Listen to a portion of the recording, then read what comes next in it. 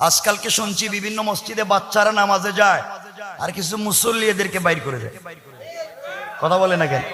সত্য কথা বলেন, আমাকে সত্য কথা বলবেন। বাচ্চাদেরকে মসজিদ থেকে বের করে দেন কেন? বাইর করে দেন কেন? চিল্লায় আর কি করে? দৌড়াদৌড়ি করে। আর আচ্ছা শোনেন, আর কি করে? মারামারি করে। হ্যাঁ, খাবাও দে।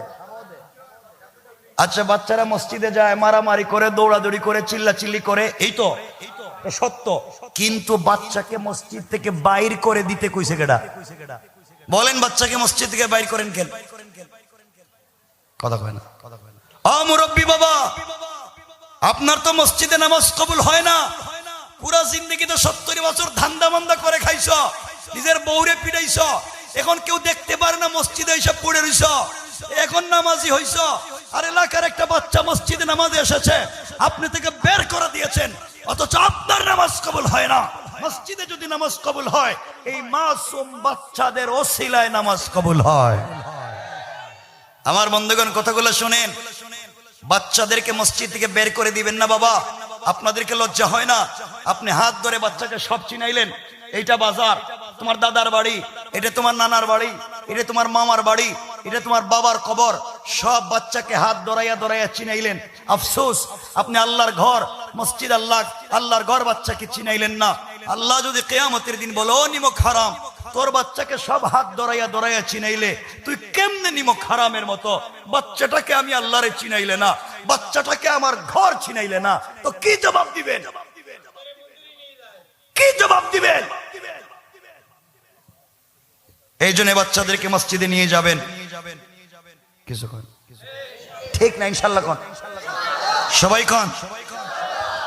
দরকার বাচ্চারা বলেন, সব এই এলাকার সব বাচ্চারা মসজিদে যাবে। বলেন যাবে? সবাই বলেন যাবে। আবার বলেন যাবে। আমি সিনেমা হলে যেতে বলছি না, আমি যাত্রা গানে যেতে বলছি না, আমি বলছি মসজিদে যাবে। প্রয়োজন বোধে মসজিদে গিয়ে মারামারি করবে, দরকার হলে চিল্লাচিল্লি করবে, দরকার হলে মসজিদের ফ্যান ভাঙ্গে ফালাই দিবে, দরকার হইলে মসজিদের গ্লাস ভাঙ্গে ফালাই দিবে, দরকার হইলে বাচ্চারা মসজিদে গিয়ে মুসল্লির লঙ্গি ধরে টানবে, দরকার হলে ইমামের পায়জামা ধরে টানবে, তাও বাচ্চারা মসজিদে যাবে। বলেন যাবে? বলেন যাবে? বলেন যাবে? আল্লাহর ঘরে যাবে। দুষ্টামি করলে আল্লাহর ঘরে করেছে, আপনার রেজিস্ট্রি করা সম্পত্তি নয়, আল্লাহর ঘর। অপরাধ করলে আল্লাহর সাথে হবে, জবাব রব নিবেন। আপনাকে বাচ্চাদেরকে মসজিদে যাইতে দেন বাবা, এরা যা মন চায় করুক, কারণ জান্নাতে মসজিদে দৌড়াদৌড়ি করার, দুষ্টামি করার, মারামারি করবে বাচ্চা জান্নাতের মসজিদে, ছোট ছোট বাচ্চারা। আপনারা বলতেছেন আমি মনে হয় বাংলা কথা বলতেছি, কোনো দলিল নাই। 1 মিনিটে হাদিস বলে দিই, এরপরে আমরা আলোচনার দিকে যাই সংক্ষেপ করে। রাসূল পাক সাল্লাল্লাহু আলাইহি ওয়াসাল্লাম মসজিদে আসরের সালাতে ইমামতি করতেছেন। মসজিদে আসরের সালাতের ইমামতি, আসরের নামাজ ফরজ 2 রাকাত। কয় রাকাত? 2 রাকাত। 2 রাকাত কইছে কি? আমি কইলাম 2 রাকাত, ফেরাও কই দিবে। আমি বললাম এই বোতলে মদ, কইব মদ। আপনাদেরকে তো বাস্তবতা বুঝতে হবে যে আমার ভুল হচ্ছে না, আপনাদের ভুল হচ্ছে। এজন্যই তো সব জায়গায় ঠিক কইয়া হুজুররাই তো সব ঠিক মাইরা দিতেছে। আসরের নামাজ ফরজ কয় রাকাত? রাসূল পাক 3 রাকাত ঠিক মতো পড়ালেন। 4th রাকাতের প্রথম সেজদাও ঠিক মতো দিলেন। রাসূল ইমাম, মুসল্লি আর মুক্তাদি আবু বকর, ওমর, উসমান, আলী, তালহা, জুবাইর, হানজালা, জাফর ইবনুল ওয়ালিদ, খালিদ ইবনুল ওয়ালিদ, জাফর, আব্দুল্লাহ বিন রাওয়াহা, সমস্ত বড় বড় সাহাবী রাসূলের মুসল্লি। রাসূল ইমাম, আসরের নামাজ 4 রাকাত, 3 রাকাত ঠিক মতো পড়ালেন। 4th রাকাতের প্রথম সেজদাও ঠিক মতো দিলেন। কিন্তু 4th রাকাতের দ্বিতীয় সেজদায় গিয়ে রাসূল পাক আর উঠেন না।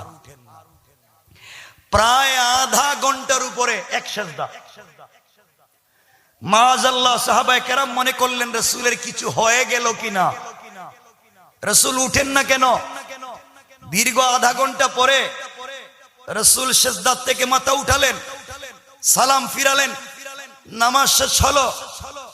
সাহাবায়ে কেরাম জিজ্ঞাসা করলেন, ইয়া রাসূলুল্লাহ, আসরের নামাজের 4th রাকাতের দ্বিতীয় সেজদা এত লম্বা করলেন, কারণ কি?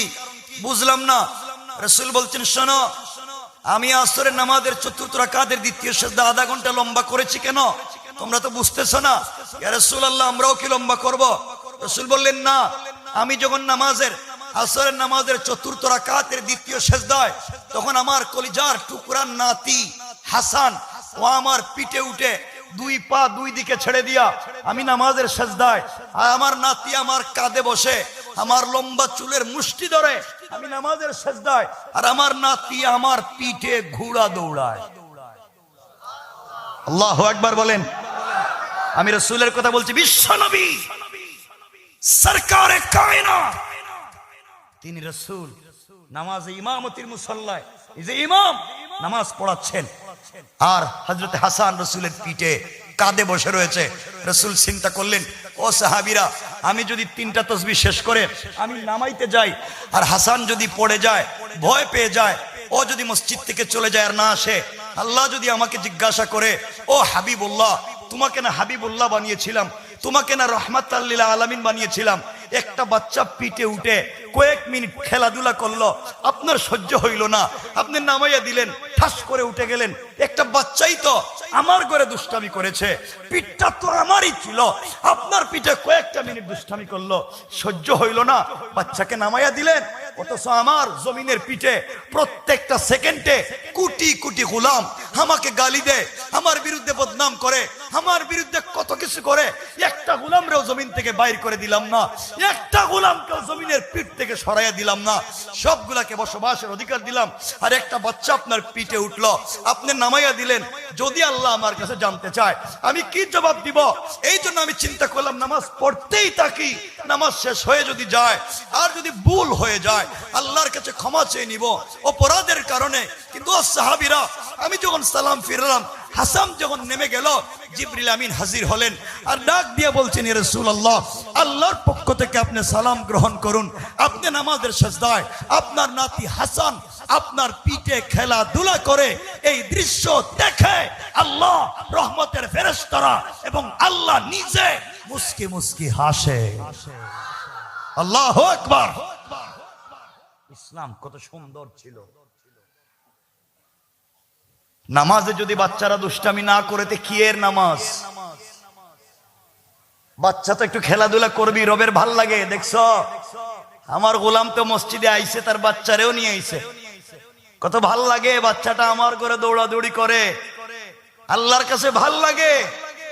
আর তুমি বাচ্চারে বাড়িতে রেখে নামাজে যাও। আমার কথা শুনতেছেন আপনারা? কষ্ট পাচ্ছেন আমার কথায়? কেন বাবা এগুলা করে? কেন এগুলা করে? এজন্য আল্লাহর ওয়াস্তে বাচ্চাদেরকে মসজিদে নিয়ে যায়, নেন তো মাঝে মাঝে নেন। যে মসজিদে যেদিন তাবারুক দেয়নি আল্লাহ জানে, আপনাদের মসজিদে যেদিন তাবারুক দেয়, মানে কি তাবারুক বুঝেন না? ওই দিন দেখবেন সব বাচ্চা কাচ্চা নিয়ে জায়গা, এমন কি রাস্তায় আরেকজনের বাচ্চারে নিয়ে জায়গা, কইটা আমার, আরেক প্যাকেট দেও, দরকার হলে এই মাত্র বউ যেটারে সাপ্লাই দিছে এটারে লইয়া যাইব, খুব যে লইয়াইছে আরেকটারে, আরেক প্যাকেট দেও।